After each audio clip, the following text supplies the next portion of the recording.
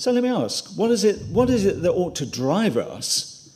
What is it that ought to drive us? What is it that drives you to want to worship God with your entire heart? Well, according to the Apostle Paul, it's doctrine. It's the truth of the gospel.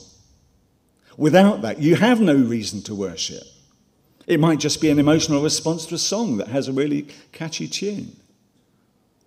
Not that there's anything wrong with catchy tunes.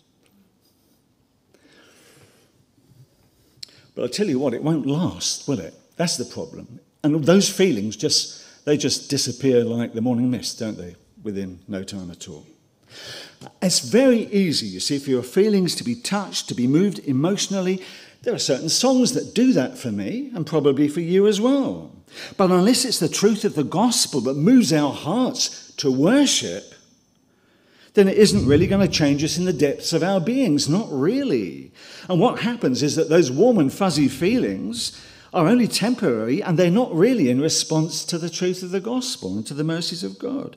So Paul is telling us that true worship is a response not on the outside, but inwardly in the heart, to a response to what God has done for you in the Lord Jesus Christ. It's the gospel of God's grace that is meant to move me, not just a couple of hours on a Sunday, but every day, moment of my life.